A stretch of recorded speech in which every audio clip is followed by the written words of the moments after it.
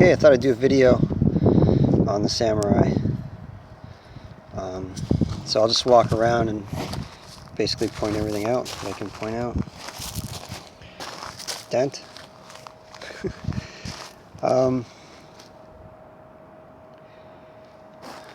No rust around the windshield. I started waxing it last summer, as you can see, to about this point. It comes up pretty nice. But anyway, no rust around there. It's not, rust isn't really an issue with this. The gray part's faded out pretty good.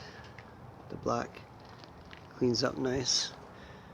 I took this plastic molding off the bottom. So I had someone ask me if it was rusty and if that mount was starting to fall off, like that bracket. So I started to show it's completely solid.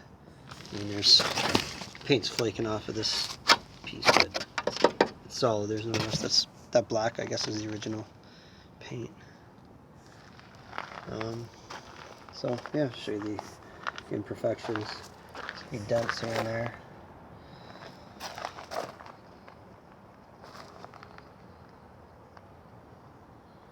There's a dent here if you look at it at the right angle. Pushed in a little bit. Yeah.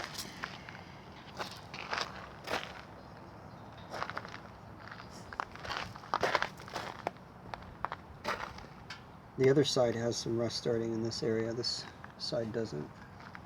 So I'll make my way over there.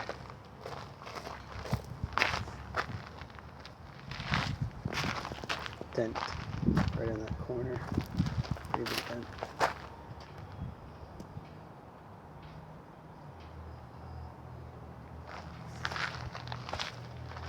That spare tire is no good. It's very old and I actually have a tube in it. So that one's no good. I do have another spare, although it's not the same. It's not a 215 like these, it's 205, so something to think about. So here's where this side is starting to rust. Mainly here, you can see it cracked the paint up. I just sprayed some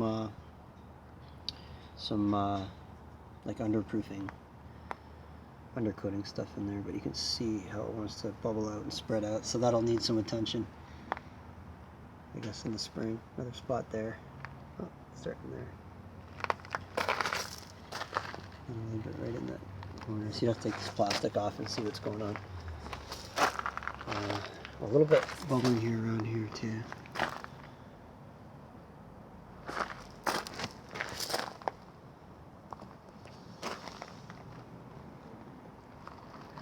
I think I showed that on the other side.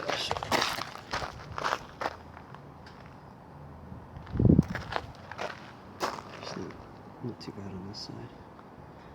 Looks like rocks maybe make their way up there and chip the paint.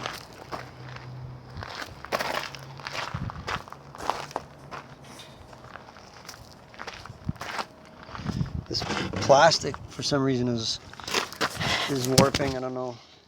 I think maybe it was the crown undercoating maybe that made it do that, because it's all just warped. Anyway, whatever.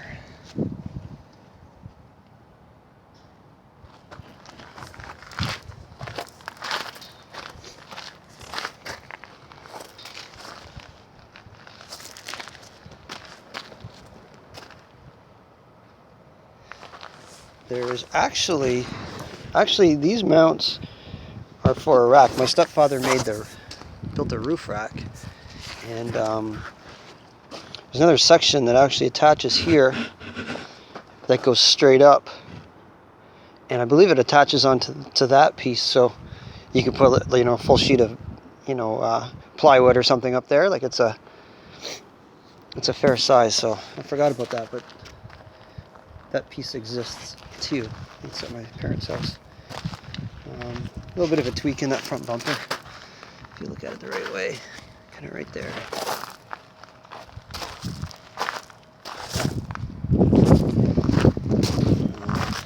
Shot underneath.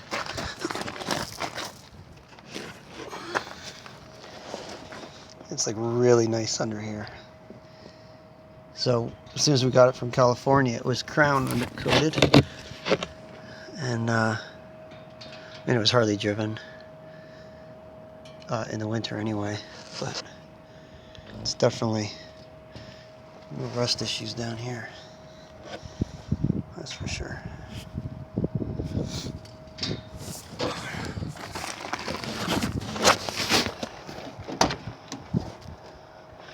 So it's had a conversion, some van conversion company I think did all this fancy cloth upholstery, because I'm pretty sure they didn't come with cloth upholstery. You see some oak down at the bottom like they used to do in those vans back in the day. As you can see, the material hasn't held up real well, but it's also like a same kind of material headliner in there.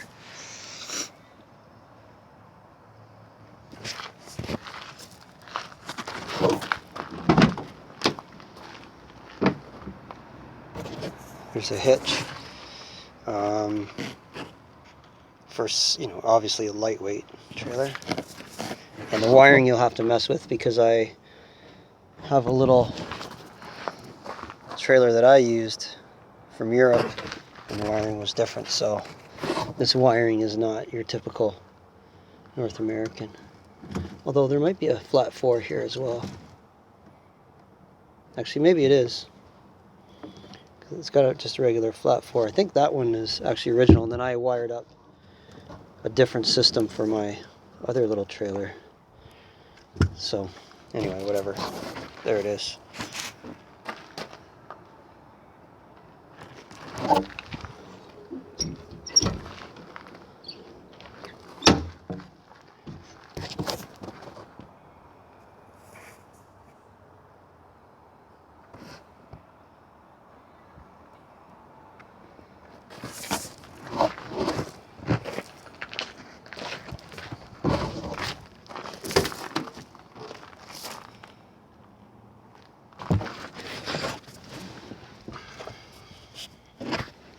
So I installed this radio bracket. It didn't have one. This is that aftermarket from Roadless Gear. So I put a USB in here.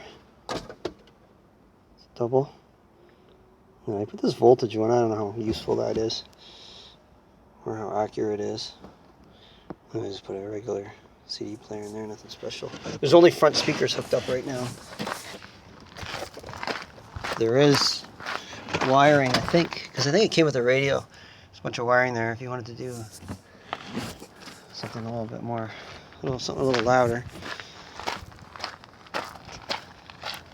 So that's about it. That's the outside. I'll pop the hood. See what it looks like under there. There's no rust.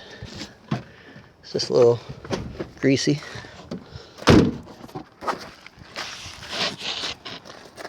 Okay, I'm gonna have to put this down. One sec.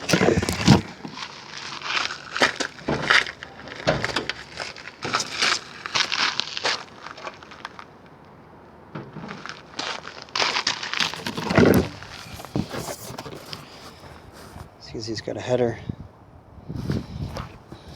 And so this engine I put in, according to the odometer, only has 60,000 kilometers on it, but I don't know. It's got a mechanical fuel pump there that, as you can see, is not hooked up. It's got a electric one right down in there. You can see it. Because the other engine didn't have a spot for a mechanical one, so anyway, that's it. There's no rust. It's just a little greasy. That clutch cable is brand new. I just put that in. You can see down there. So that's new.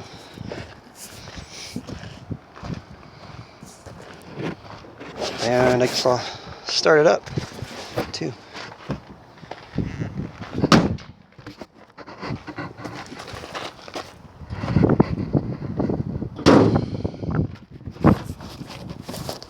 So this has the original carb, and it idles pretty high. So I would suggest doing something else, carb-wise.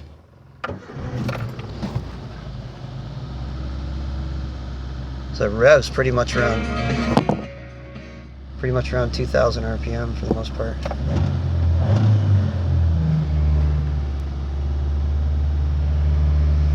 That's the original odometer. It says 99. Won't be long, I'll be hitting 0 again, so get to start at 0 again. Yeah, see, that says 14 volts.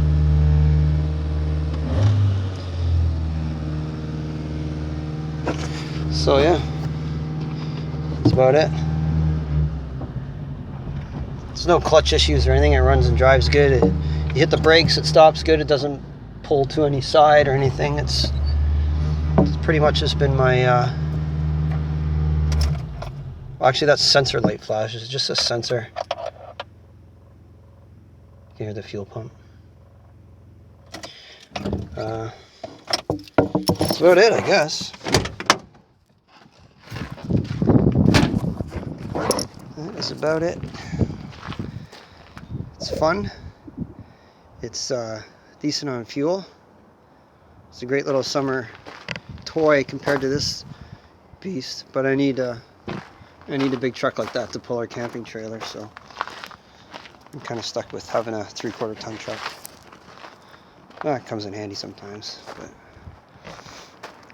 this one's more fun. Anyway, okay, that's it. Thanks.